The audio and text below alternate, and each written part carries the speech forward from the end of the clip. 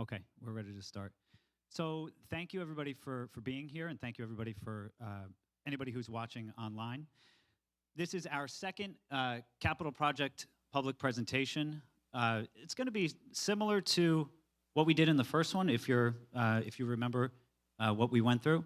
It's going to have some differences. We're going to take a deeper dive into some of the specifics that are being covered at each of the buildings.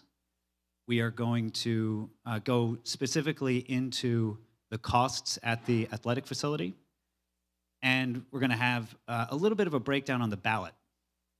The ballot this year is going to be a little complicated just because there are so many items that you'll be voting on. So we just wanted to preview that, explain what those items are going to be so that there are no surprises on May 17th. Before we start, I just want to give a little introduction. My name is Brendan Carty. I am a Board of Education member. I am the chair of our Communication Committee, which is responsible for putting on this event and any other event that you may have seen or been to over this entire year. We also, Richard Schaffner is a member of the committee, Peter Ireland, and I think that's it for now. We have Tom Melfield is coming a little bit later. We're also joined by our superintendent, Mr. Terry Dade, and our assistant superintendent for business, Harvey Sotland. Once we go through the presentation, we'll be taking a Q&A, and we'll do our best to answer whatever questions you might have. Okay, so presentation time. To sum up the entire project, we've been using this line, investing in the future without raising taxes. That pretty much sums it up, but we'll obviously go into a lot more detail. For tonight, we're going to cover why a capital project in the first place, what's in the capital project. We're going to talk about the long-term plan. You know, this isn't just about this one project. It's kind of one spoke in a bigger wheel that the district is using or creating to address all of our long-term facilities needs. As I said, we'll talk about what's on the ballot itself, and then we'll open it up to a Q&A. All right, so that first question, why a capital project? So generally, there are two reasons why the district is pursuing a capital project right now. You can think of them in terms of just need and funding. The need is there, and the funding is there. Many of our facilities are just in critical need of repair, and we are actually in a pretty unique position to fund these repairs without raising taxes. And I'll explain that in more detail in just a second. First, the need. So a few points on this.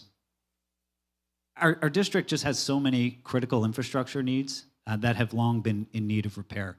Anyone who's familiar with our academic buildings in particular, two of our buildings are about 100 years old. The other two are over 50 years old.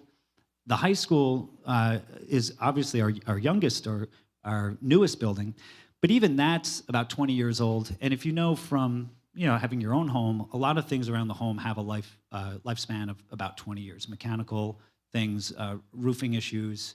So even though the building itself is structurally sound, there are parts of it that are just nearing the end of its usable life. And that second point, the district has been working overtime to maintain and repair its facilities. This is an important point because we're about to look at a lot of those repairs in depth, and I don't want anyone to get the impression that this is the result of decades of neglect. In fact, the district has a very robust and active buildings and grounds team that has been working so hard to keep these facilities maintained as well as possible, making repairs in-house. But as you'll see, there are just some things that you can't keep putting Band-Aids on things. Eventually, you have to actually fix them from scratch. And in many respects, we've reached that point. The final point there, the 2020 Building Conditions Survey identified a lot of areas that need to be addressed to meet state health and safety standards. The Building Conditions Survey is state mandated every 5 years. And we have the benefit of this survey just being done in 2020, which has identified many of the needs that we're addressing in this project. All right, so now the funding side.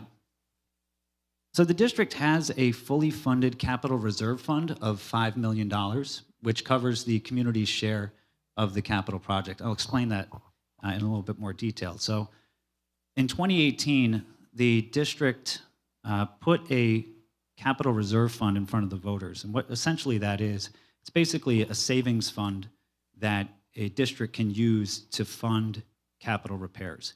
Every dollar that goes into a capital reserve fund is met by $3 from the state. So it is a very valuable way, fund or account, if you want to think of it that way, that allows a district to get the benefit of state aid 3 times over for every dollar. You can't, once you establish a fund for a certain amount though, and you reach that number, you can't keep putting into it. So our fund was established at a maximum of $5 million. It is fully funded now. So even if we waited another year, we can't put any more money into it. It's simply not going to get more valuable than it is right now. The district also has $3 million in expiring debt service. It'll be coming off the books in about a year and a half. It can also contribute to the project.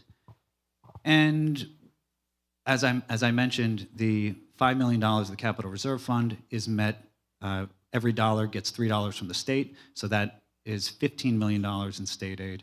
So you take those numbers together, 5 million, the 3 million expiring debt, and then the $15 million state aid, and that amounts to a $23 million capital project without raising taxes. All right, now for what's in the capital project itself. Generally speaking, you can think of the academic buildings and the athletic improvements. At the academic buildings, this is going to be improvements at all 5 buildings, so 3 elementary schools, the middle school, and the high school. A very quick overview, the project would rebuild bathrooms, mitigate water infiltration, replace aging windows, fix cracked pavement, repair HVAC, and more. The athletic improvements, the project would create a multi-sport synthetic turf field and a synthetic track at the high school that could support over 400 athletes and 1,250 spectators. We're going to go into much more detail into each of the improvements that are listed. To start, I want to, I was going to say talk about the elementary schools, but I'm actually going to play something.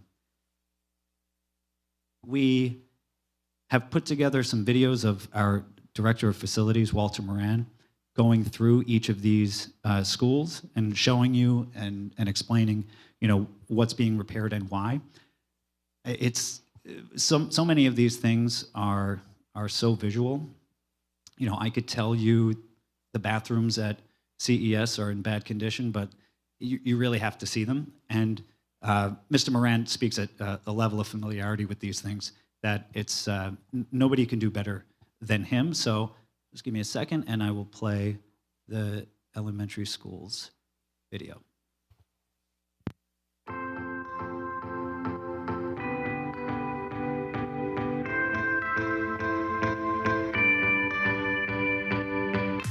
One of the main benefits from this capital project will be replacing the lavatories at the 3 elementary schools. This will have a tremendous impact on the students and the staff. A lot of the plumbing work that's behind the walls is beginning to fail. They're leaking, they're galvanized pipe. There's an odor in these lavatories, so the plan is to really do a full demolition, repipe, rebuild, and then put new fixtures in, new floors, walls, ceilings, and lights. If maintained properly, I would expect the new lavatories to last 40 to 50 years. So one of the items that we have in the proposed capital project is replacing the asphalt over at Cornwall Elementary School, bus loop asphalt and the staff parking. The last time that was replaced was in the year 2000. We've received about 22 years out of that original construction, and I anticipate that we'll also get another 20 to 25 years out of the new work. The current condition of the cabinetry does pose a safety issue with the students, particularly if the doors are delaminating and there's raw wood showing. Also, it's really not a conducive environment for K-4 classrooms to have our students in a classroom with these conditions. At that building, there's several transformers. It's been identified to replace them because they're original equipment. And again, we want to be proactive. So our plan is to remove those transformers and put a new transformer on the ground and then feed the electricity back into the building.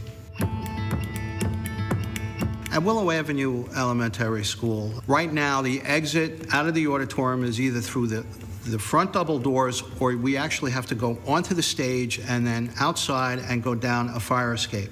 So our plan is to create a new double door opening on the side of the auditorium, which will bring in some ventilation, some lighting, and it'll give us more room to exit, and will promote health and safety to our staff and our students.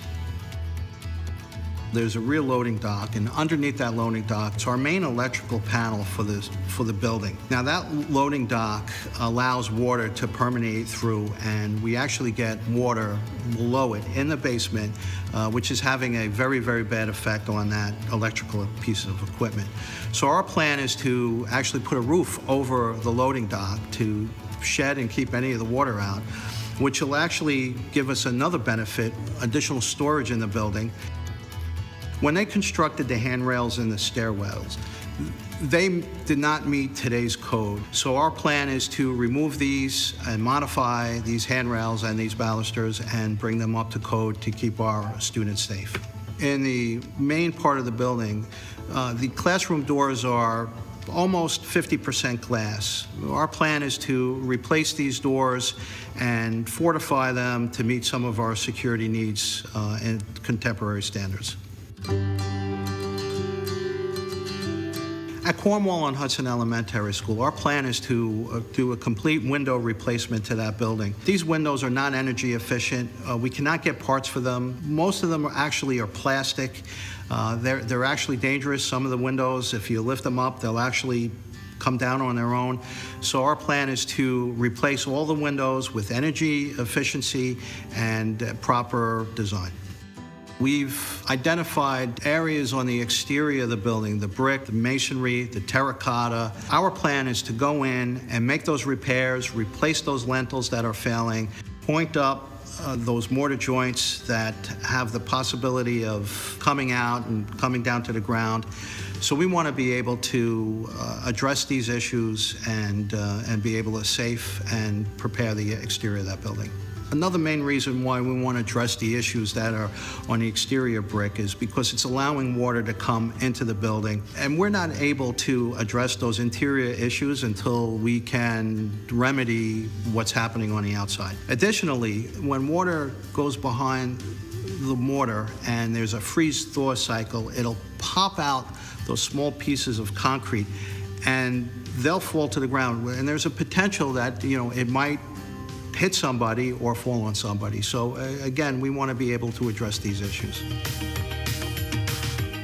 So as a responsible party for the school district and these buildings, we're very concerned for the safety of our young students, our kindergartners, our first graders. So we really need to address these issues before anything happens. To learn more about the capital project, follow the Cornwall Board of Education on Facebook.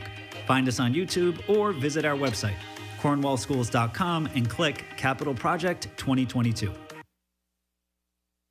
Okay, so that is the elementary school. And here's some figures just to put some dollar figures to all the things that Mr. Moran was just talking about. The bus loops, you saw all that classroom cabinetry and millwork, replacing all the classroom ceiling tile and lighting. Moving an electrical transformer from a pole to a concrete pad, that's for safety. Rebuilding the bathrooms as Walter described. And then down the list here at Willow, you see that loading dock that was mentioned, the groundwater infiltration, all that stuff was the exterior work along the back of the building by the auditorium. Those, the internal central stairway doors, those are the ones that were glass, too narrow for people to go through. The egress out of the auditorium, that sort of looked like a fire escape, which is, I believe, what the initial intention of that was, and it has turned into a more widespread use. The handrails, building-wide, and the bathrooms again. And then Cornwall-on-Hudson, you can see the price figures for windows, masonry, all the things that Walter was just describing, and the bathrooms again. So those 3 elementary schools, again, of the $23 million share, they would get roughly $7.7 million. Okay, now let's go on to the middle school, and we'll just do the same drill. Like I said, no one explains it better than Walter, so I will pass it on to him.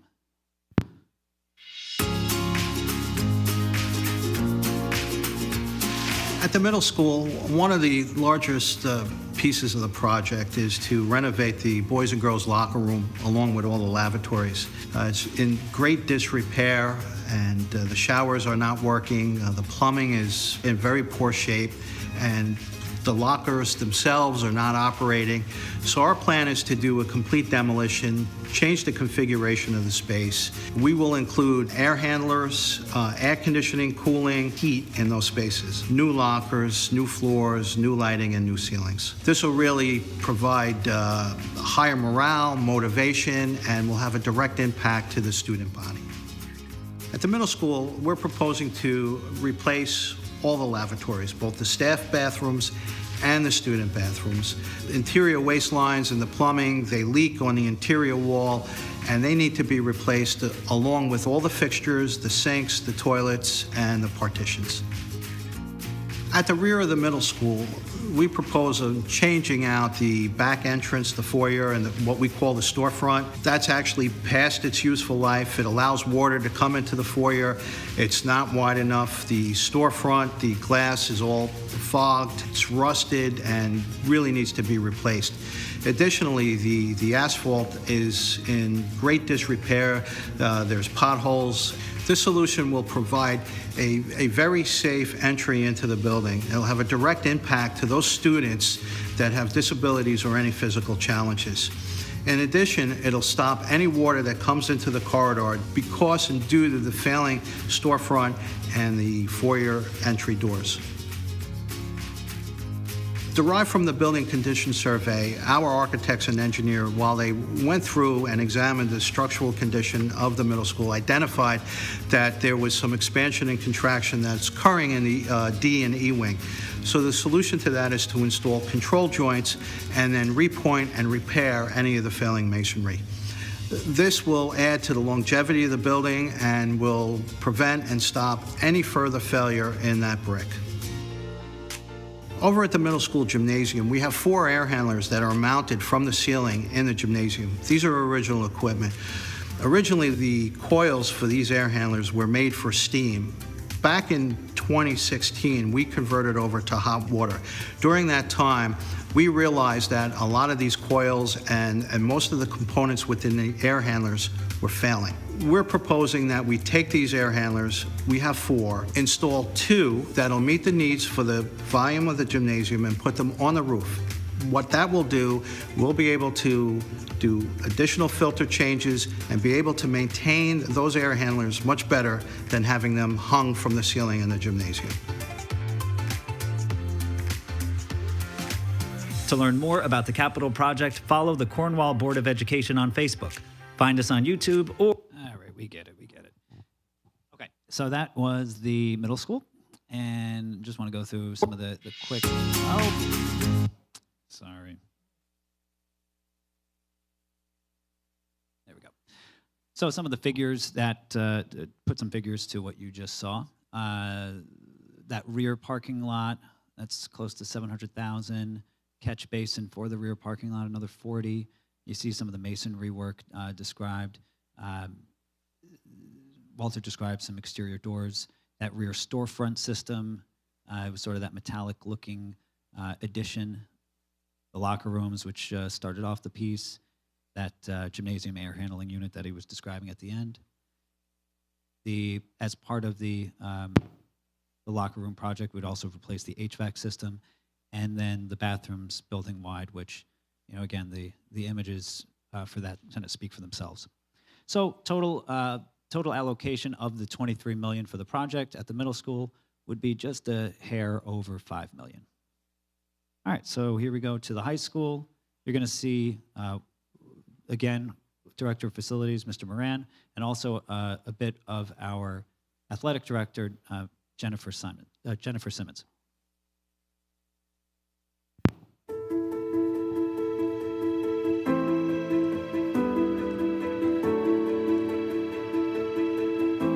In the high school chorus room and the band, these are very large spaces. They have very tall ceilings, and there's a great volume of air in there. Although we do have heating and cooling that comes from the ceiling, this is not enough to bring comfort to those classrooms, particularly because there's an exterior wall that's there. So our plan is to put baseboard heating on the exterior wall.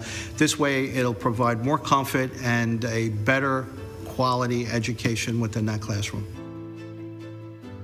At the high school, the lower fields, whenever we have a heavy rain, or even in the spring, March, beginning of April, these fields are very slow to drain.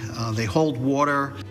The fields get really, really bad, and it's not playable. And some sports, you have more opportunity to play. Typically, soccer's, we will play if it's raining. In the fall, we had to physically bring in pumps to pump water off like you would in your basement. Or if you went to our softball field this spring, there was a huge puddle on third base, a huge puddle on home plate. And we're not talking about a 1 foot diameter. You're talking about a 4 or 5 foot diameter puddle.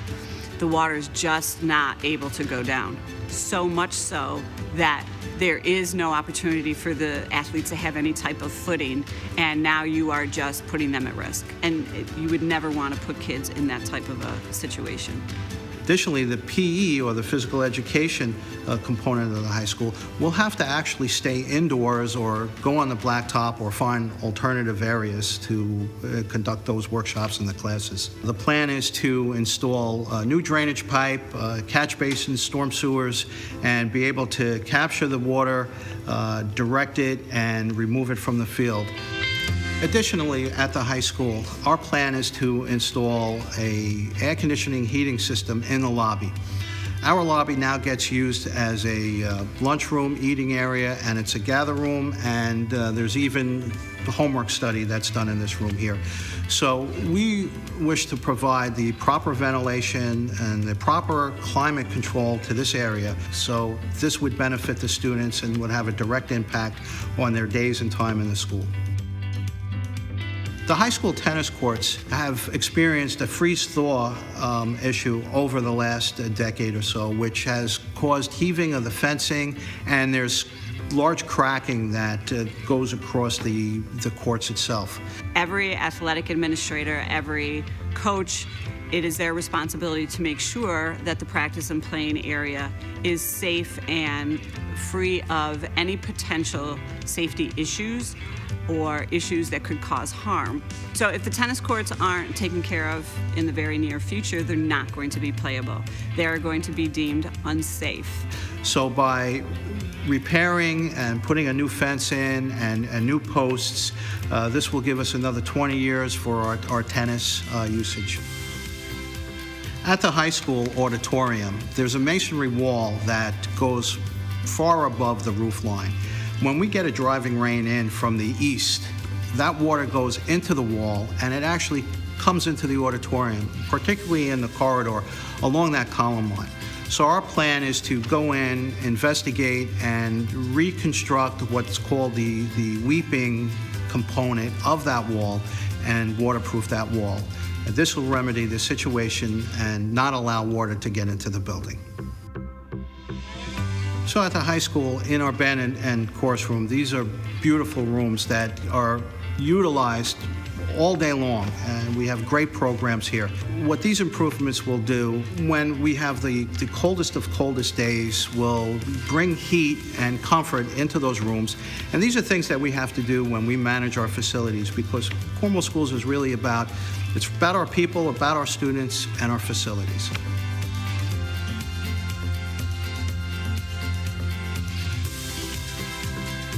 To learn more about the capital project, follow the Cornwall Board of Education on Facebook. Find us on YouTube or visit our website, cornwallschools.com, and click Capital Project 2022. Thanks, and keep... I can cut myself off. Okay, so that is... geez, again. Let me try this. Okay, so... some numbers to put to that. So that masonry wall in the auditorium that you heard Walter describe, that's $215,000. The band and chorus rooms, that heating, very large room, $110,000 for that. The HVAC in the main lobby, about 500. The tennis courts, shade over 600. Drainage to the lower athletic fields, that's where you saw the pooling of water, which, by the way, sometimes that's there for quite a while. It's not just after fresh rain. That would be 215,000. And walking paths to the athletic fields would be another 57. So of the $23 million allocation, or of the $23 million capital project, there would be an allocation of about $1.7 million for the high school. Now, keep in mind, though, that's just for, that's not including the high school multi-sport athletic facility. The reason we're putting this separate is because it will be a separate proposition on the ballot itself. So just wanted to explain that a bit separately. No video for this one quite yet, but just some of the pictures here. This is the current state of affairs. The bottom left, I don't know if you can see it from these pictures, but there's some water pooling there. And just generally speaking, you see those are the bleachers right there. So it's not, certainly, I don't know what the seating capacity is for that, but it's not very many.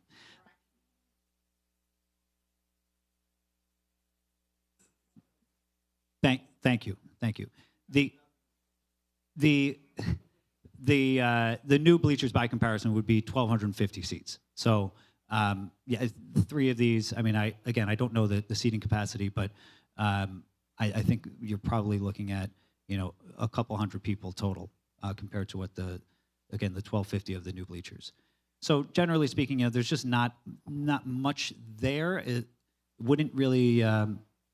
The way I look at it, it appears to me more like it's a field, but it's not the kind of place that you would have high school level competitive sports. Certainly, at the level of which most districts are accustomed to. Here's a site plan of what the new facility would look like and the footprint. So everything is. This includes the tennis work that was discussed in the video, which again would be just under the high school building improvements, not directly under the multi-sport facility, but you get to see how it would fit into the project as a whole. There is some, so it would be generally on the same footprint as the current field. It would alter a bit of the approach for the driveway, so that would have to be moved out a bit. There would be a new 45-car parking lot that would be added just to the left as you come in. And then the parking lot that it leads to would also be redone. All right, and what this would cost. So this is a breakdown of all of the pieces of the capital project. I know this is, of the athletic facility. This is something that people have asked us before, and so we wanted to certainly provide that. So just to run through, it's a bunch, but I'll try to run through it as concisely as possible. So site preparation and demolition, demoing what's there, it's about 100,000. Site earthwork, erosion control, again, you're not going in and just laying down synthetic carpet. There's a lot of site work to be done. So that's another 241,000. The site lighting, so now we're getting past the preparation, and this is more talking about what the final site would look like and cost. The lighting itself is just south of 900,000. Perimeter fencing, again, this would be to separate the property from neighbors. This would be 75,000. Walkways around the track, 47. The field water spigot for maintaining the fields, that alone is about 35,000. We would have portable bathrooms and concession stands, but they would need to sit on something, so they're not just sitting on grass. So you'd have to have concrete pads for those, and together those would be about 36,000. Reconfiguring that parking that I mentioned, pointing out on the site plan, that would be just under $1 million itself. The goal posts, pads, soccer goals, all the stuff that the kids would actually need to play or to prepare the field to play would be about 50,000. This synthetic turf maintenance equipment, this is actually brought up by a questioner at our last forum. Obviously we do need to maintain the turf, certainly not at the degree to which you maintain a live grass field, but there is some maintenance required just to make sure that the infill, for instance, is spread around in a even way. So this would cost about $20,000 included, which is standard for these synthetic turf fields. They kind of come with the maintenance equipment. Then you're looking at the scoreboard, bleachers. Again, that's a 1,250 person bleacher, and that's just north of $1 million. And now we get into the synthetic turf, the carpet end infill, and the shock pad that's underneath. If you have followed the discussion on the infill closely, there were some options discussed. Like the cheapest option is what's called crumb rubber. But the board has explored using an organic infill that would cost a little bit more, but this number reflects what that more expensive organic infill would be. So that's there would be no price surprise there. Now, for the base and drainage, that's almost $1 million itself. Some of the concrete curb and edge. I mean, this is obviously in the weeds, a little bit of inside baseball stuff, but you can see the numbers reflected there.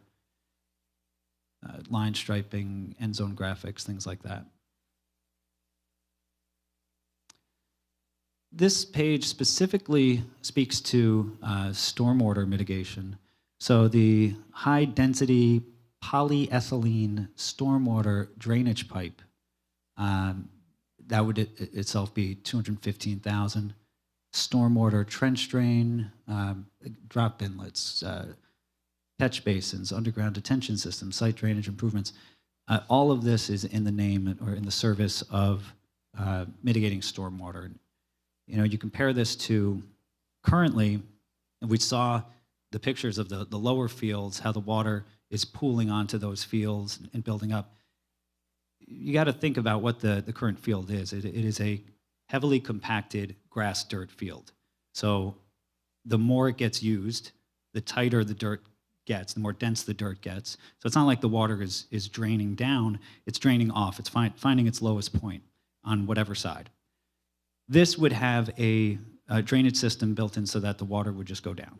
And it would, so I think it's easy to think, well, or maybe to assume that a synthetic turf field is not porous, whereas dirt and grass is, but actually what ends up happening over time is that the more the dirt and grass gets compacted, that issue is, the water issue is actually worse, and certainly worse than with a synthetic turf field, which has these drainage systems underneath. Now we're into some of the more specific athletic related stuff, the track, pole vault, all this other, the track and field, or the field part of the track.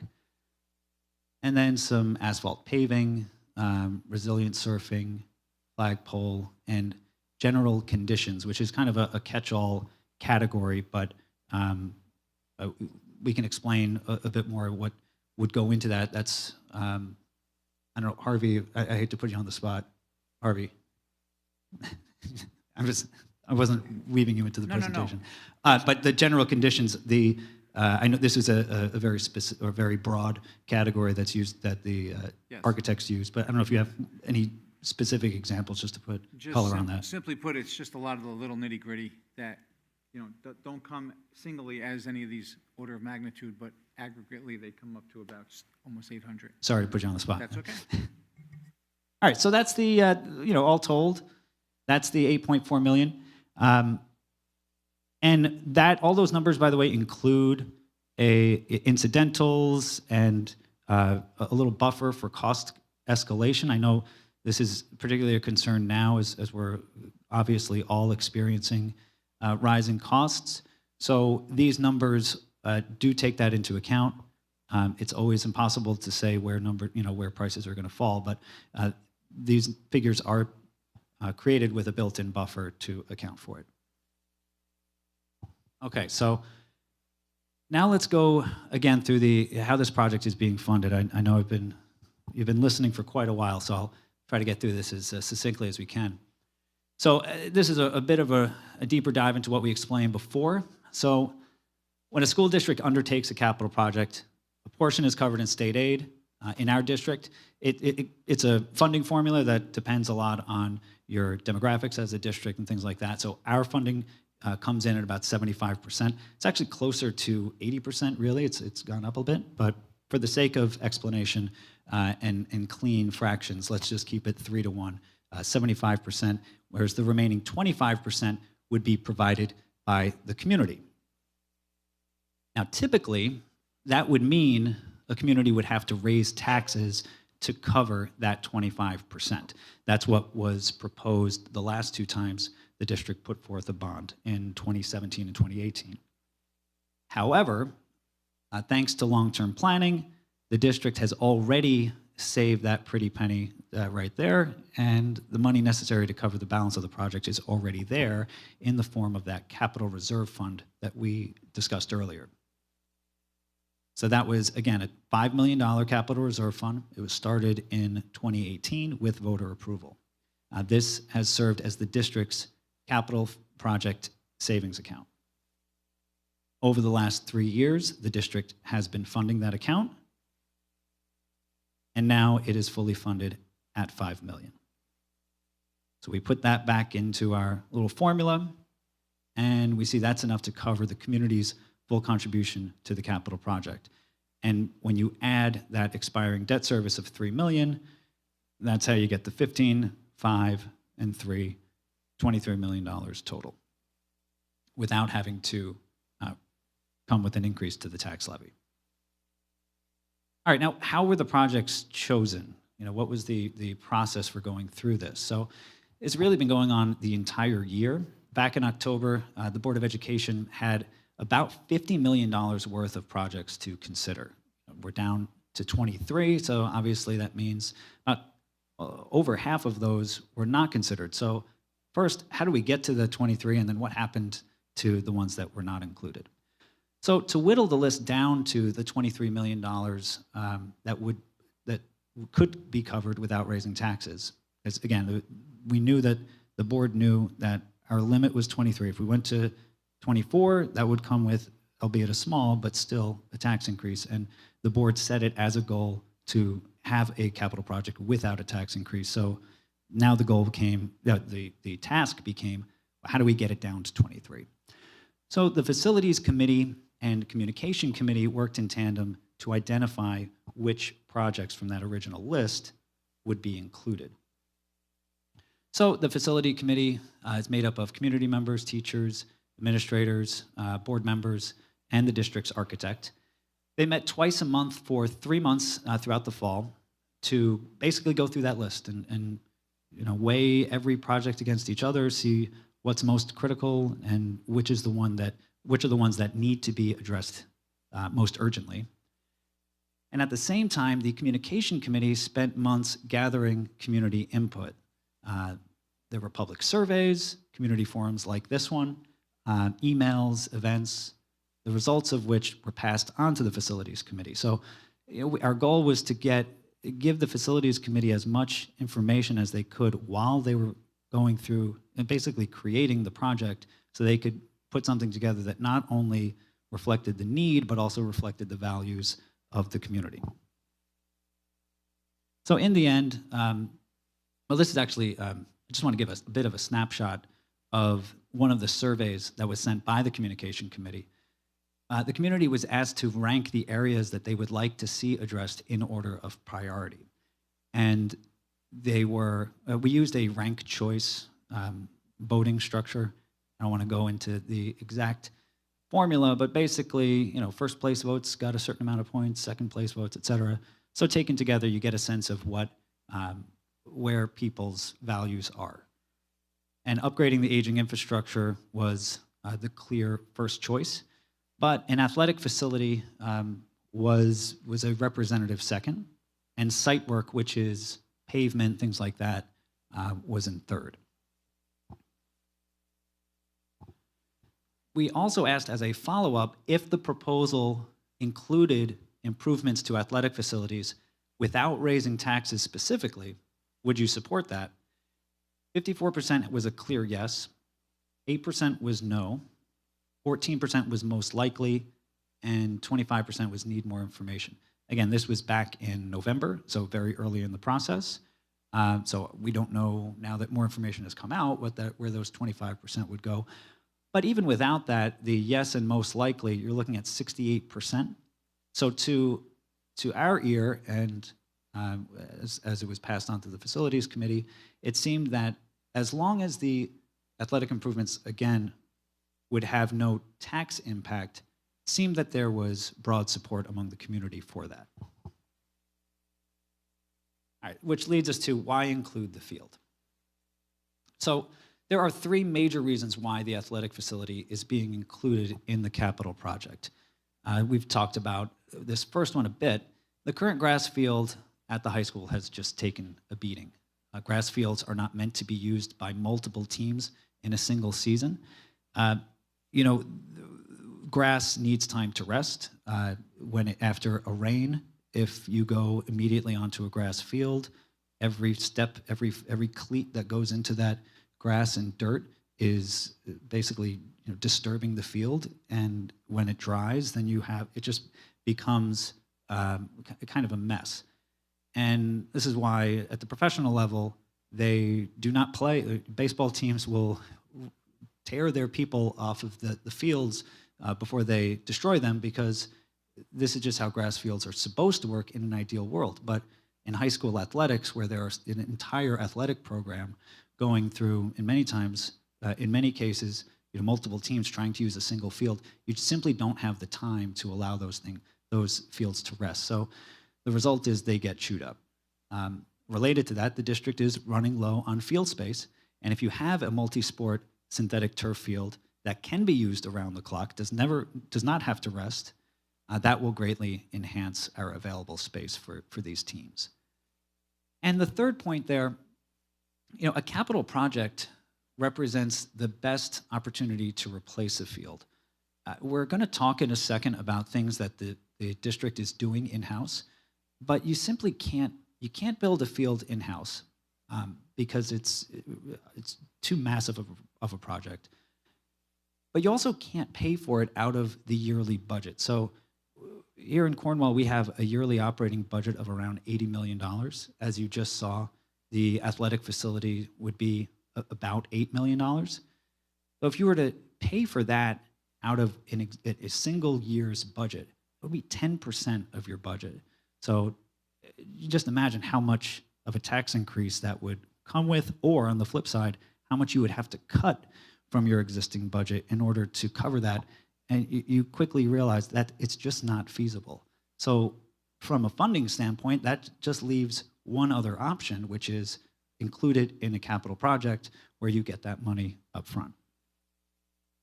And the state covers, again, 75% of the cost.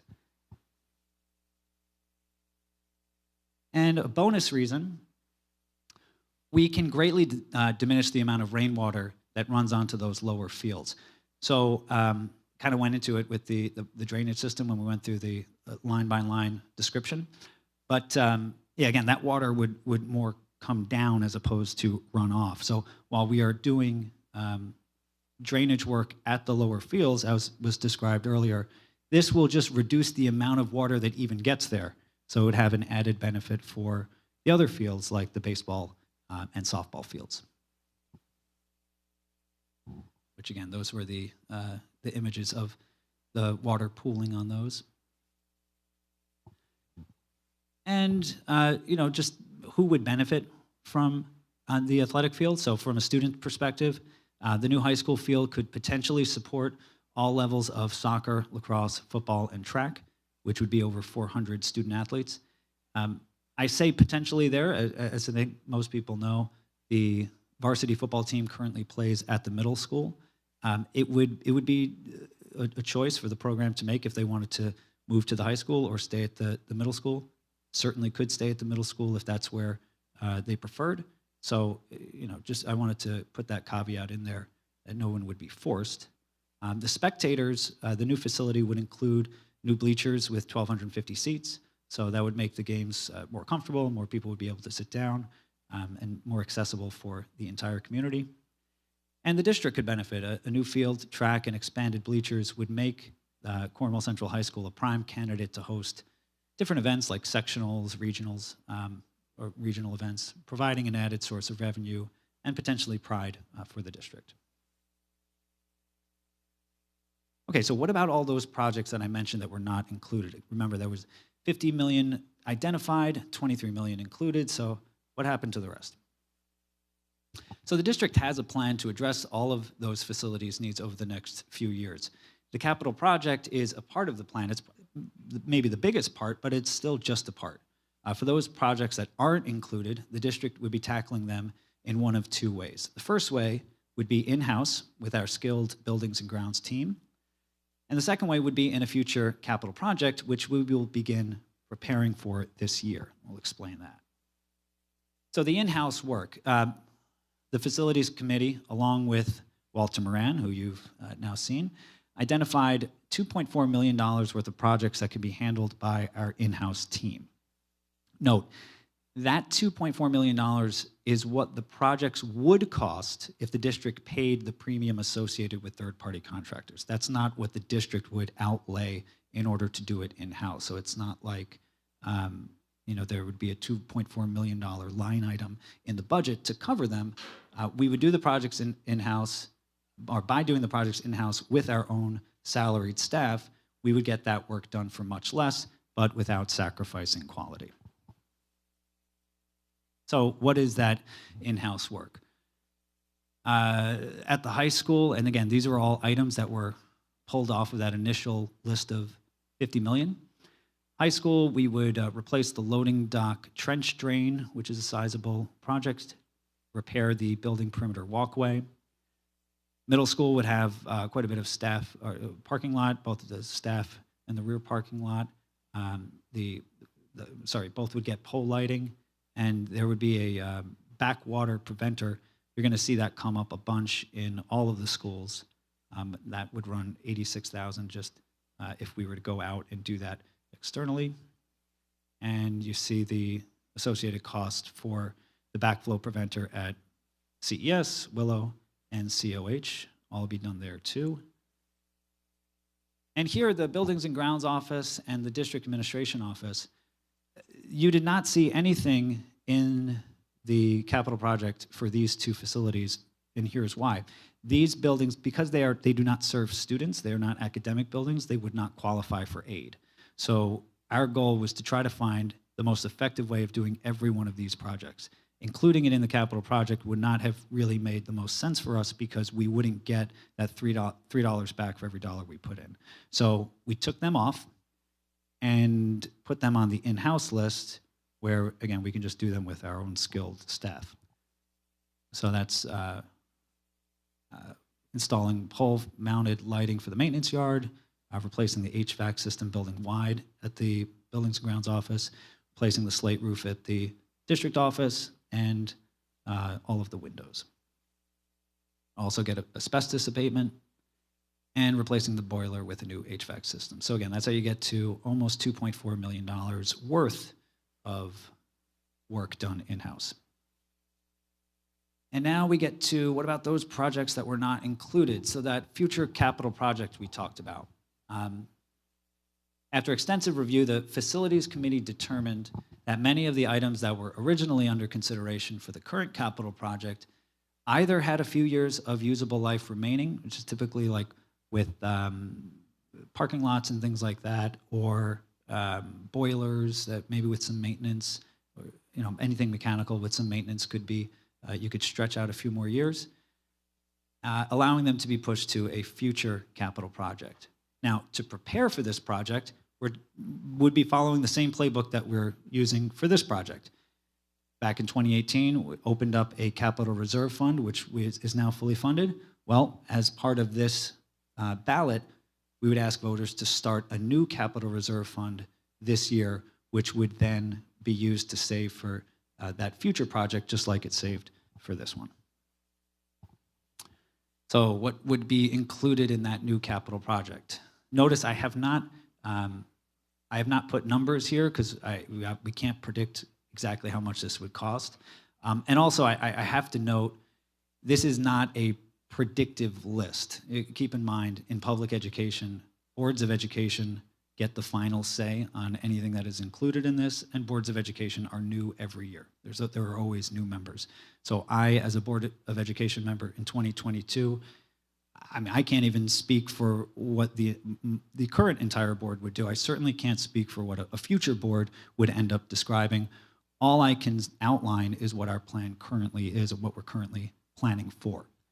So at the high school, that would include some roof work, re-insulating, repairing various sections, caulking the entire building envelope, replace call balls in the stairwell, replacing the lockers in the locker room, replacing 2 boilers,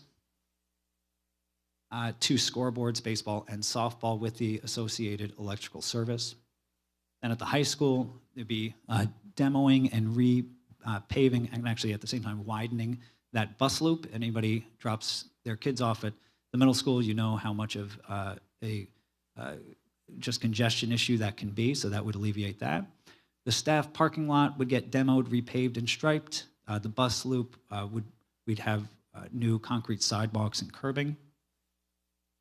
At the rear entrance, we would install concrete curbing, replacing the gym air handling units, replacing the weight room air handling units, replacing field lighting bulbs with LED head replacements. And notably here included would be that athletic field replacement. So where the varsity football team plays at the middle school, there would be an allowance, there would certainly be room to do that in this follow-up capital project. At CES, more demo or more site work, the entrance road demo repaved, bus loop, replacing the front entrances, replacing all the exterior doors and frames, replacing all the air handling units, surfing the cafetorium, which is the building we're currently in, and the kitchen, which is just behind me. And at Willow, that front bus loop and side and rear parking lot would get the full demo and replace. The bus loop would replace the concrete sidewalks, repair the cracking in stucco wall, replacing all the exterior doors and frames, and replacing the floor, including the subfloor abatement of the gym, and the Willow Avenue replacing the main service switchboard, COH, we get the bus loop treatment, and replacing the boilers, which altogether seems like a lot, and it is a lot.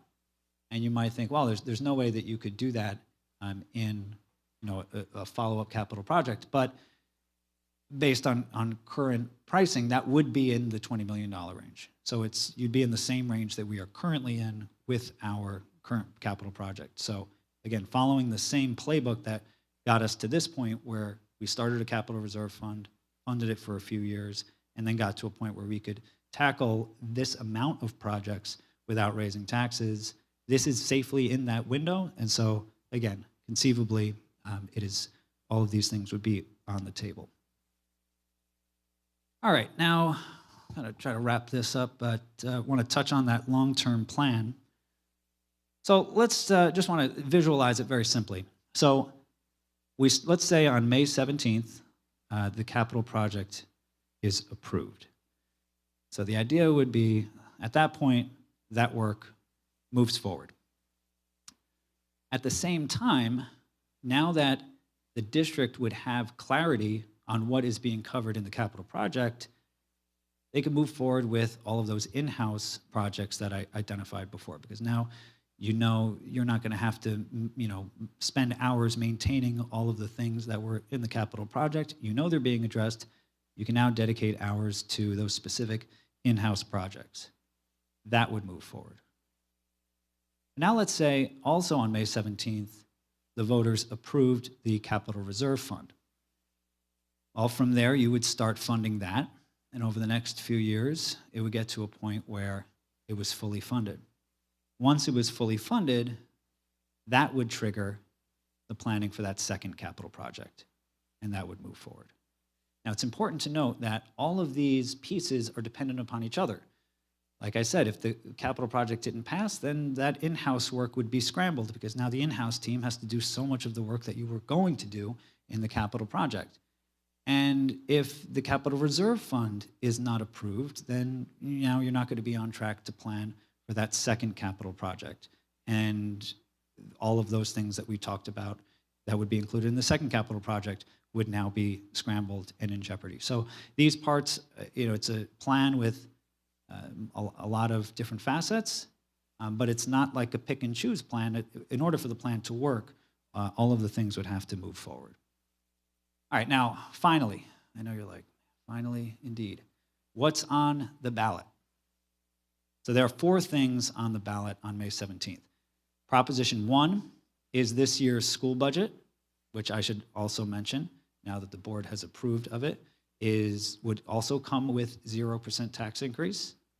Propositions 2 and 3 would be the capital project. Proposition 2 would be the capital project building improvements.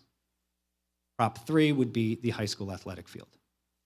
Prop 4 would be establishing a new capital reserve fund. Real quick look at that school budget. Again, it's a proposed budget of $81 million roughly, 0% tax increase. It would add universal pre-K for 60 students, and it would address some critical facilities needs itself. Middle school air conditioning would be building-wide, district office. And this is some of the work that we described in the in-house work and those backflow preventers as well. So now you're kind of already seeing what I just talked about in that long-term plan. This budget is already eating away at that. But because of some favorable aid packages, we'd be able to do this with 0% increase to taxes. Proposition 2, that's the building improvements. That's going to come up as 14.5 or 14,522,456. That's the number you'll see, but still 0% increase to taxes. That's all the work at the 5 academic buildings. It also includes the tennis courts and the lower field drainage at the high school. Proposition 3 is just the multi-sport high school athletic field. The total scope on that, again, about 8.4. That's the number you'll see on the ballot, but it would be no tax levy increase. That includes the multi-sport field at the high school only. And I should mention that it will be structured such that you'd have to vote yes on Proposition 2 in order to vote yes on Proposition 3. So it's not like you could vote no on 2 and yes on 3. It would just have to take that path. And finally, Proposition 4 is the Capital Reserve Fund. Again, it would be the same fund size as the current one, $5 million. In case you're wondering, like, why don't you just keep the current one and just start funding that? It's just a legal thing. You can't. Once it's fully funded, you take the money out, the fund essentially disappears. You have to go back to the voters and ask them to establish a new fund. So no other way to do it, basically, than this. But keep in mind, your voters are going to see $5 million, and at a glance, it might seem like it's another $5 million out of that the district is spending. But this is just establishing a fund of $5 million. No money would be contributed to it yet. The fund, again, will be used as a savings account for future capital improvements, and this is the same type of fund and the same size that was established in 2018 to fund the current project. So it's just taking the playbook and just running it back for a second round. Okay, and when and where is the vote? Tuesday, May 17th, 6 to 9, 6 a.m. to 9 p.m., and that's in the Cornwall Middle School gym. All right. I said it would be shorter, and I think it was maybe a minute longer. So we're going to do a Q&A now. So I know Richard has a microphone. Tom will also get a microphone. So just raise your hand. We'll meet you where you are. Just please state your name clearly, and speak into the microphone just so the audience at home can pick up on your question.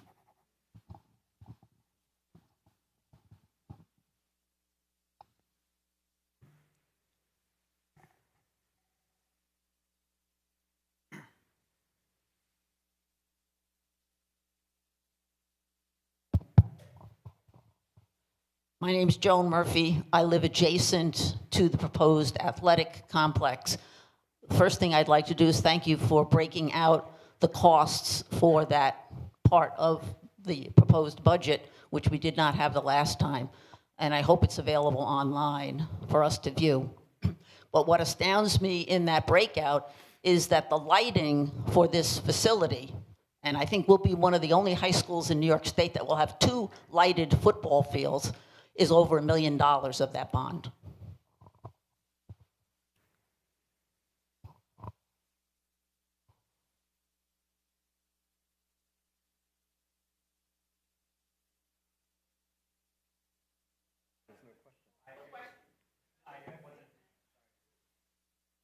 Picking up. Okay. There we go. I just took it as a statement. It wasn't a question. So, I mean, it is, that's what it is listed at. You're right. I mean, certainly we have to deal with just how much these things cost. So. Kathy Squilini, I guess I just have a comment as well. I'm constantly puzzled by how you present the survey data. We all know, we're all adults here, we know data like that gets skewed in our own favor. I've done it myself. When you asked on the survey whether people would be amenable to improvement of the athletic fields, that's one idea. Building an entire complex to the tune of $8 million is something different. And a lot of people do not attend these meetings, as you know. A lot of people do not read the Cornwall Local and the discussion that is going on via the letters to the editor. And therefore, I feel these people are being duped into thinking that the community at large is in high favor of this athletic complex. And I don't think that that would be true if the numbers were accurately presented. Well, I have to push back on one part. There's an insinuation that we have not been accurate with the survey data, and we absolutely have. It's a very simple formula. We allowed them to vote 1, 2, or 3, to rank those 3. Any first place vote got 3 points. Any second place vote got 2 points. Any third place vote got 1 point. And then we just added them together, and then we got the results, the points total that was in there. Now, but what I'm saying to you is we didn't realize you were asking us, should we be building an entirely new athletic complex? I didn't take it that way. And that wasn't the intention of the question either. And that was at the very beginning of the process. We had not identified what kind of improvements would be made, right? So we had to take the data in and say, well, what are our options for improving this? And kind of as I mentioned in the part of the presentation, it's very difficult to do it's hard to do a full or to do a partial upgrade to a field. I mean, there are just so many associated costs and things that you need to do that it was the opinion of the facilities committee that in the end, after frankly a lot of debate, and all of those meetings are recorded and available online through our website, through our YouTube page. So it certainly has been a debate that was done publicly.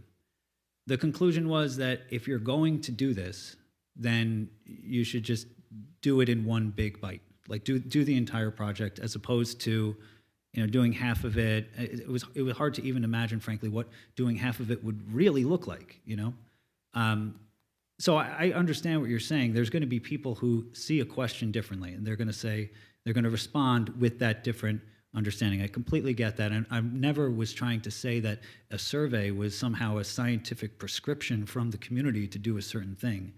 But we need to collect the data, which is admittedly inexact. It's based on just the people that responded to the survey, right? Which is not going to be a cross-section of the community. But from our standpoint, that's as good as we can get. We can't go door to door and get everyone's response, right? So, yes, agreed. It's inexact. People are going to mean different things or interpret questions differently. But as a committee, or as a board, I think the best thing we could do is make a good faith effort to get input and then interpret that input as best we could, understanding that not everyone would agree with that conclusion. Then for the record, I think it was unfair that you didn't come back to us once you all had made that educated decision and say, you know what, we're not going to improve, we're going to rebuild. It's a lot of money. It's a lot of money. And I also don't understand why you have to vote in tandem on Propositions 2 and 3. Why can't I say yes to Prop 2 and no to Prop 3? Oh, you can. I'm sorry. You can. I didn't interpret you as having Okay. said that. Well, I'm glad you clarified that. It's just the opposite is not true. You can't vote for the field and not vote for 2. Well, you can, but the final vote count, so you could get overwhelming support for the athletic facility, but not have Proposition 2 pass. So if Proposition 2 does not pass, Proposition 3 cannot pass. So you can vote yes, no to your leisure, but Proposition 2 has to pass by the community in order for Proposition 3 to pass. Thank you for the call. Yeah, I was interpreting it, I was explaining it as an individual. The community can't vote for 3 and not vote for 2, but okay. Hi, Reggie Hilaire. Thank you so much for the public forums. I just have one question. What happens if Prop 3 gets turned down? Technically, that's $8 million. Where does that go? Does it go back to the board and goes back to those projects that are needed, like boilers and such like that? So as you could probably imagine, we've been very busy formulating this capital project that we haven't had time to game plan exactly what would happen. So it's not like we, have a plan waiting under glass and we're going to break it on May 18th should Prop 3 get voted down. However, the process would start over again for that $8.4 million. I would expect, there would probably be, a criteria set for how to spend that, and certainly the board would get working on that soon. But I wish I could tell you, here's the plan and here's what would happen, but we just haven't had the bandwidth, frankly, to come up with that kind of contingency plan. Okay. My second question is, I like what you propose. I've been going to the meetings that I've seen you. You've seen me many times. I'm just curious, there are other things that need, like I mentioned, I think you said there's a phase 2, as you said, like boilers, stuff like that. I am in favor of the athletics program. I like going to these things. I think it serves a purpose for our community, in terms of pride. I just question, could that have been hold off? Just playing devil's advocate, could that have been hold off for phase 2 and then work on the much needed things like infrastructure, like the boilers right now? So that was, it was a big open debate during the facility committee meetings. And so Walter Moran, who you saw in the videos, he and his team at one point, because that very question was being bandied about in the committee. That was probably the biggest hump that the committee had to get over, right? And so Walter went with his team and they did a deep dive, literally walking through every single building, going through, doing it, getting their eyes and hands on every single project that was being considered, and came back with kind of an updated needs scorecard. Which ones can we get life out of, get another 3 years, 4 years out of?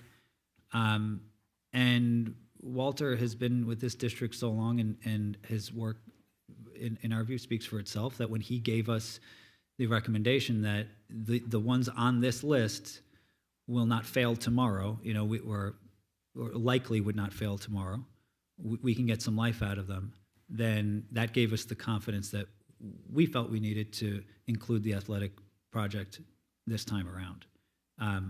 Had there been $25 million of this may break tonight, then I think that would have changed the equation. But there was a very deep follow-up dive into each of those items to see, how much bandwidth do we really have? And that was the conclusion. So that's how the plan itself really started to take shape. But your question was asked by all of us many times, and it certainly was explored.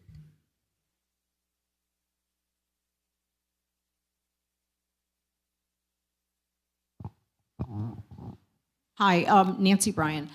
Just a couple of things. And Harvey, I'm going to ask you to clarify on that. If Proposition 3 is not approved. The 8 million is not really 8 million because it includes our funding, correct, from the state. I believe the intent was that it goes back to the Facilities Committee, then to look into other recommendations, but am I correct that it has to go back to the voters Correct. for the following year? So nothing happens with that if indeed that proposition is voted down. A lot went into, and I know many people have heard this, but a lot went into the decisions that were made. This Facilities Committee met more than I think any other committee that I know has met before. They met twice a month from early fall right through December, and they made the recommendations to the board for approval. We heard from a lot of different people. All of the Facilities Committee meetings were publicized. They were open to the public, but not open for comment. But they were recorded, and they were also televised live.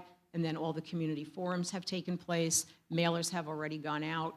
So there's lots of different ways to be gathering information. The athletic complex, the athletic facility upgrades were decided because the fact that we would be able to help close to 500 of our high school athletes be able to use upgraded fields. Multi-sports would be able to use this.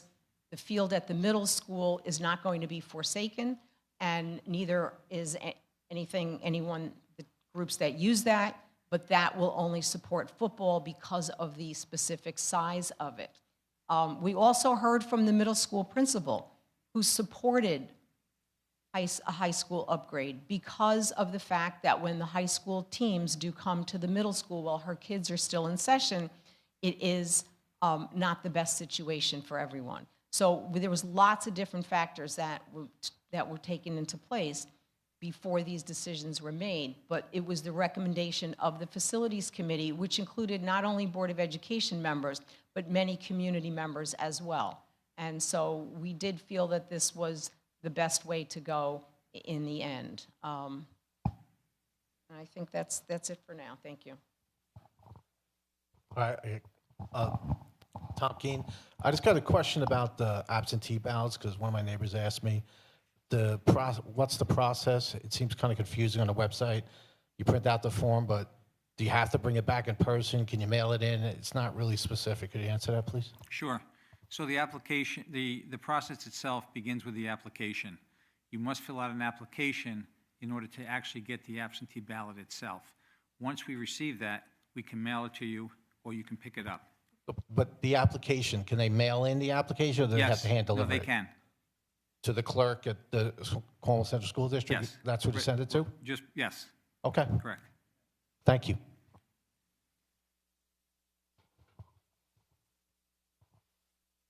Hello. My name is David Carnwright. I got a couple points to make.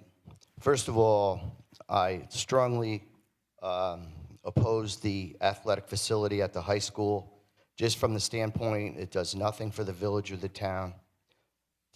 The people, the businesses especially, that pay the taxes, pay a high tax rate, and they're really getting nothing for it.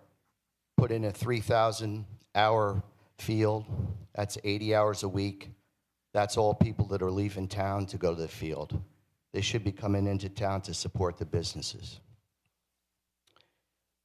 Just from CVS to DeChico's, they pay $261,000 a year in school taxes. Nobody's coming to town for a multi-purpose field that's in the high school. That's my problem with it being at the high school.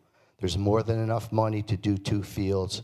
We have $2 million worth of infrastructure in place at the middle school already. We have a lighted field. All we really need is bleachers in a new field.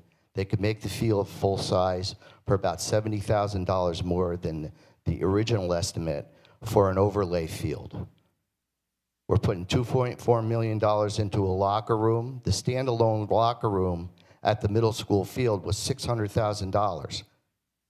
for a standalone outside locker room. So there's no reason why people can't use that locker room. As for the numbers, right now, modified lacrosse, boys and girls,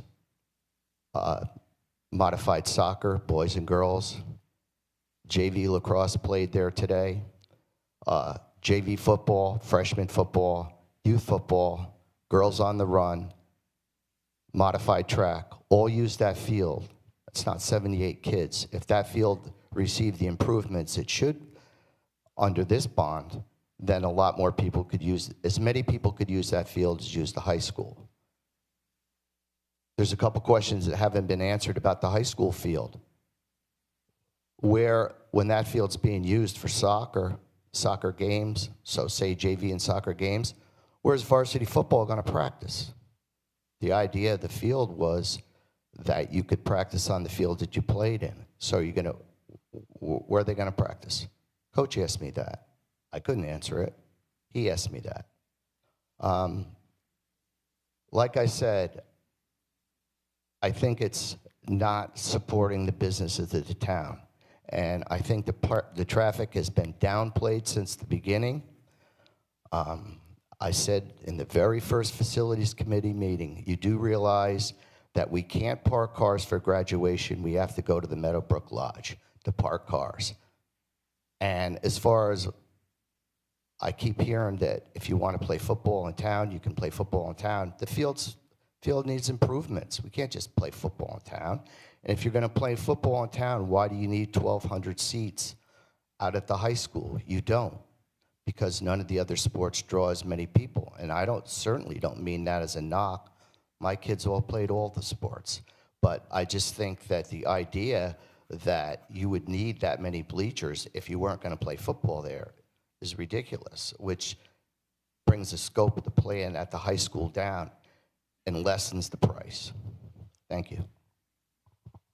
We'll take that as a statement. I just want to do a clarifying statement. Modified lacrosse, modified soccer, JV teams don't play on the actual middle school football field. They play on all the fields surrounding. So that's just an important piece of clarification. But true that if we did modifications at the middle school field in the same manner that we did at the high school, then those teams Oh, would, I agree with that. Okay. Yeah, I didn't want to misstate myself. I 100%.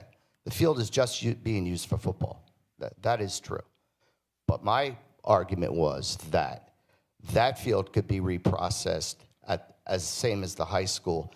It would get just as much use because that field sits now. And also there's drainage problems that need to be addressed for the people who live on Lee Road and the people who need in that vicinity, regardless of what we do with the field. Thank you. So if I could just add another clarifying piece as well, like in order to, I think one of the statements that was made there was that we have money for two fields. The cost breakdown of both fields, high school and middle school, were very close. They were both, after everything, was over $8 million. That was factoring in the fact that at the middle school, the lights would stay. You wouldn't have new lights. But there were added parking cost, which I think that, we don't have parking for really at the middle school. There's the parking at Lee Road, which is Lee Road's parking, and Lee Road has its own events that happen all the time. I know, I'm involved in many of them. And you would just need more parking at the middle school to support a middle school field. So you save a little bit with the middle school field, and you save a little. No, excuse me, David, did I interrupt you and scream at you? You're louder than me, and I have a microphone. You would save in some areas a little bit with the middle school, but that would be offset in other areas at the high school. So we were provided numbers by the architect, and it came out to be a wash. And again, both were in north of $8 million. So I did not see how we could do both at the same time. To me, it was, and to the facilities committee, it was one or the other. You got to start with one here. And the decision was just made on the amount of kids that it would impact. The high school field supports more of the athletic program than the middle school field. In order to, if you built the field at the high school, one of two things would happen. It would be primarily for the football team, or the entire, or a big portion of the athletic program at the high school would have to now bus its kids to the middle school every day for practice and for events. That would create a lot of logistical issues that simply don't exist right now. So that was the determination. If we're going to do one field first, it would be the high school. And again, as we laid out in the second capital project, potentially we would address the middle school field. But personally, I mean, I find it, if your thinking is we're going to vote no on the high school field because you prefer the middle school field, I would just caution against that, because I don't think that a no vote on the high school field would result in a board turning around and saying, well, we're going to pursue a middle school field, on its own. I think that there would just be, that message I don't think would be sent very clearly.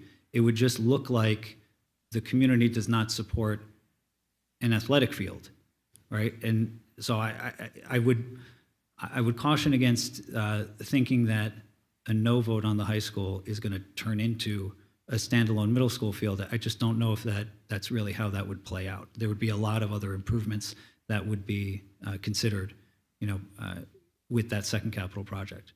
And as far as the businesses, I mean, certainly this is something that we have heard, but the sports that would be playing at the high school athletic field are not currently playing in town, so I don't know how much it would change traffic patterns. I mean, I haven't done studies, but it just doesn't seem like much would change in that regard. Tara Markle. I just wanted to state pretty much that I do support the proposals, and Cornwall is much bigger than Cornwall. I live in Highland Mills. My kids go to Cornwall. There's other people that live in Salisbury Mills, New Windsor. So I think as a public, we need to understand that Cornwall is larger than just COH and the town of Cornwall. That's it.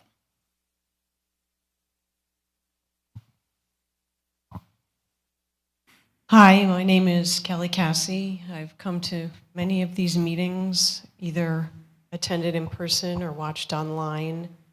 And I have numerous questions, but I guess I wanted to start with, I'm a little confused regarding what's being said about the playing on the facility at the high school in terms of games and practices. Two of the public forum meetings, there was discussion about it only being 4 more night games of football at the field, which was also in the Cornwall Local last week. But now we're promoting this as a multi-sport facility where football and soccer and lacrosse are going to be on this field. Clearly, everybody's going to be trying to practice on the field. The publication you sent out the other day indicates you're going to try to get sectionals at this facility.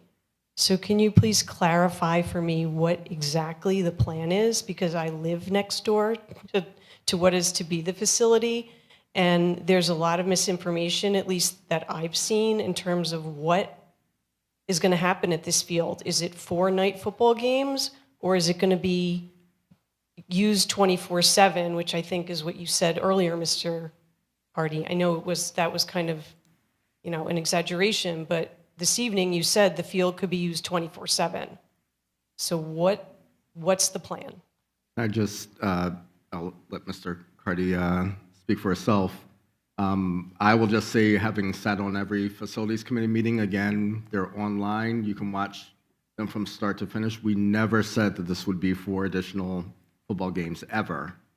So we can't control what's put in the Cornwall Local, but I can say the facilities committee and the communications committee from the start explained the multi-sport facility as being inclusive of multiple sports. That's why we called it a multi-sport facility that would engage more athletes than just football. So football, soccer, and lacrosse, along with track, was always stated by the facilities committee. So I'm not sure where the disconnect, other than the Cornwall local letters to the editor, may have come in, but the intention was always, as implicit in the name, to be a multi-sport facility. So. Yeah, and I would just, obviously, I said around the clock. I don't mean to suggest that at 2 a.m. there's going to be games or practices, but yeah, I think we've been consistent with there would be a lot of teams that would be vying to play on it, and I think maybe some of the conflicting information has come from other sources, but I think we have been consistent that this field would get a lot of use, and that would be the reason that it would be built. Mm-hmm. So, given that there's going to be multiple sports being played on the field, and we're trying to get sectionals to come, what are the results of the traffic study you conducted in relation to this project, given we're putting in a 1,200-seat stand, and we're going to have sectionals and multiple sports playing and practicing on the field?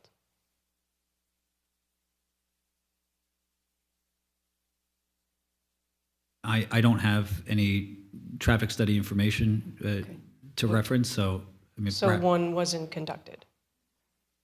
I'm not familiar with. I don't think that was required by the relevant authorities. I don't know if Harvey can supply more detail on that. What I can speak toward is that in conjunction with the environmental assessment, it was not deemed that it was necessary.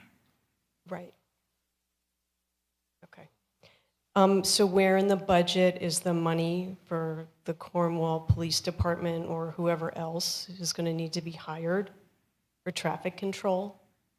We live there. We experience the traffic of arrival every morning. We cannot turn out of our road. The traffic is backed up Route 94 past Mount Airy Road and all the way up past the Meadowbrook Lodge. This is on a morning, every morning. When there's graduation, you have police support, but I can't imagine that the Cornwall Police Department will come out every time there's some sort of a game to do traffic control for free. Has that been taken into consideration? It has. I think it's important to make a couple notes here. First of all, during graduation, for instance, we do have the police department helping us out. That is not necessarily to say it's because of the volume of cars, it's because of the timing of the event. We need to have people in and out as expeditiously as possible, and that's really what they're doing. They're keeping the traffic moving. As far as your concern with regards to the traffic normally, with some of these events, it's important to note that the higher traffic flows would be only when there is an event.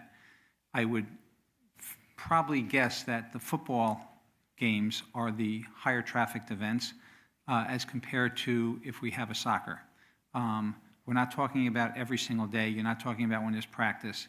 You're talking about, the home games are probably, anywhere from 3 to 5 at the max on an annual basis. Okay, thank you. But we live there, and so any increase in traffic because of football games or anything else is an impact on us, so you're aware. Absolutely noted. I have a lot more questions. I don't know if anyone else wants to go.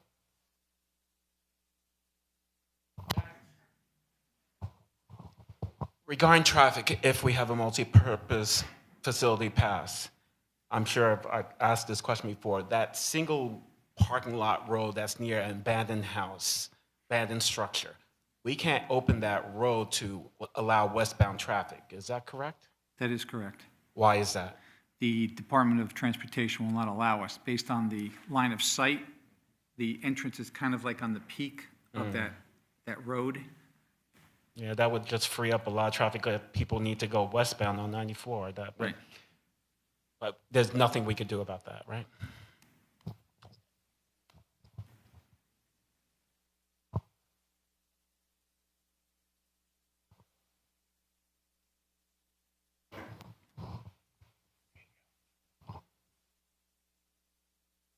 So part of the multi-sport facility plan is to have a scoreboard.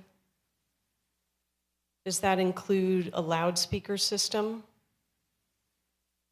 It would. And at what decibel level will the announcements during all these games be? It's to be determined, but we'll make sure that we release that information once it's finalized.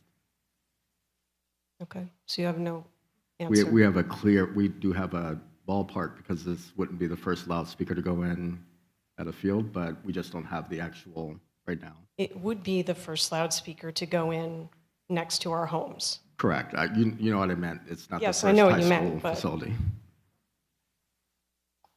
Keep going? And remember, I'll say something. Right. Sorry.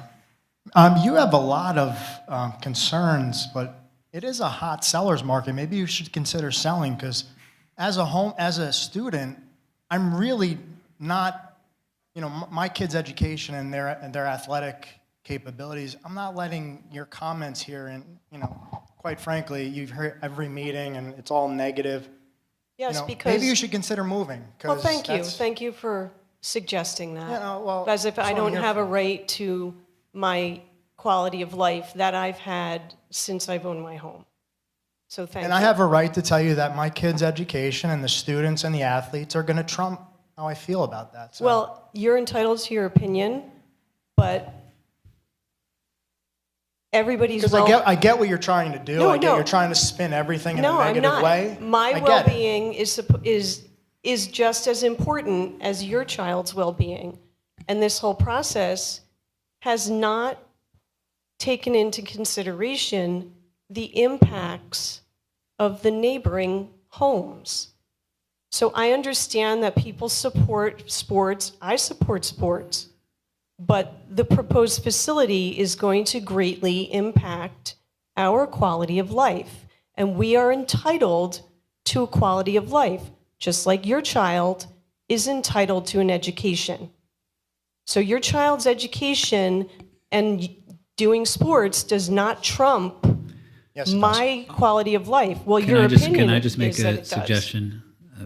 Let's just keep the comments going here. I think in a both made your points. But in a point of note, Mr. Sotland and I have already arranged for a Yes. meeting. So to have anything other than we care and we're listening, we have a meeting scheduled on Friday with you and I believe 2 other residents to absolutely listen to all concerns and see next steps. So I wanted on the record that we have that meeting scheduled for Friday morning to sit individually with you to address and listen to concerns. Yes, at our request. I would like to know what the district is going to do in 8 years when the artificial turf field needs to be replaced as per Dr. McNitt's comments. so that is just the top layer. So if you remember, we went through that itemized list. The whole field is $8.4 million, but that's including the demolition of the current field, erosion control, all that stuff. None of that would have to be redone. It's really just the top layer, the turf carpet that would wear down. And he mentioned that the typical life for a high school field is in the 10 to 15 year range. But that would be, it's not cheap, it's about $1 million, but it's not 8.4. Right, thank you.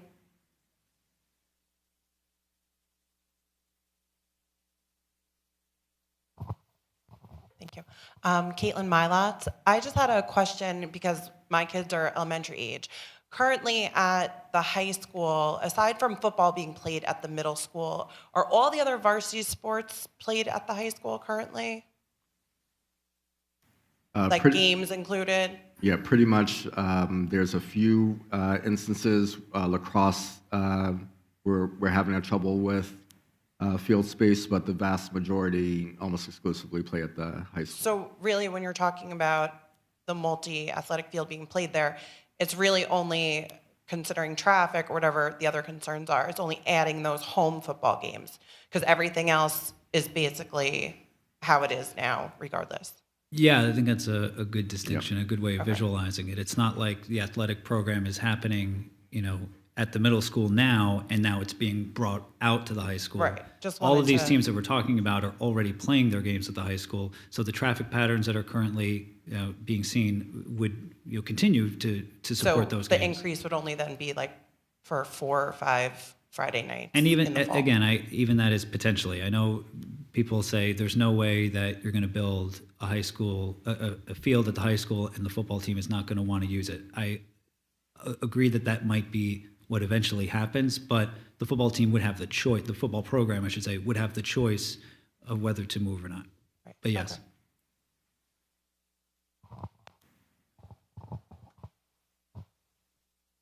Bas Chakra. Two technical questions out of curiosity, if nothing else. The repair of the roof of the headquarters, I mean, just driving around, it's slate tile right now. What's wrong with it? I mean, what's the problem with the roof? The problem with the roof is that there's actually, a lot of the slate has come off, and there's actually holes in the roof. Can't repair it.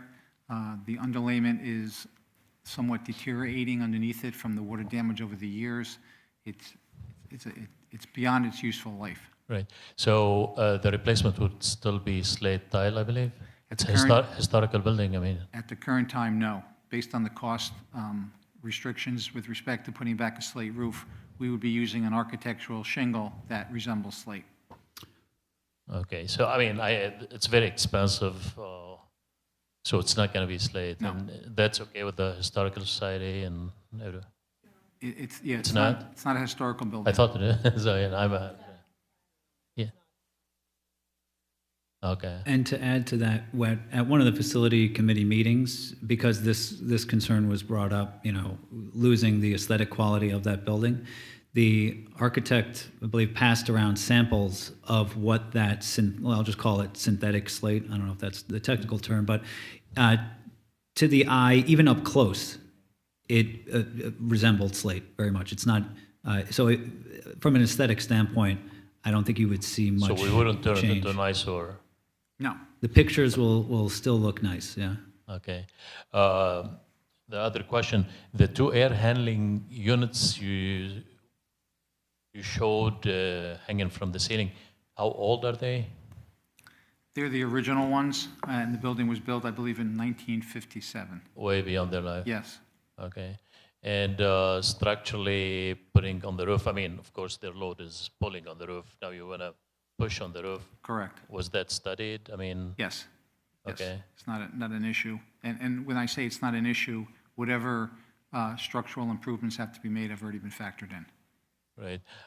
Now, thank you. The lighting at, that struck me as high cost for lighting, I think at the high school, like $1 million worth. Is that for the field, the site lighting? It was in the 800,000? Whole lighting structure. It seems a little bit steep. I mean, I know it was looked at very carefully. Yeah, I mean, every... I think I saw $1 million worth. And every item through our construction manager and our architects were reviewed. Okay. Yeah. Keep in mind also that each of those numbers have not only a contingency factor built into it, it has a cost escalation as well as a design escalation.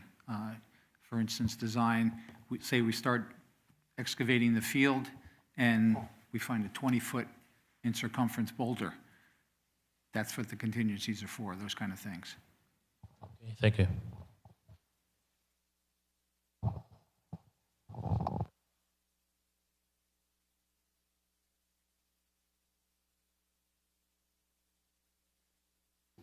I have a blind spot here. Okay, just making sure I'm not missing anybody.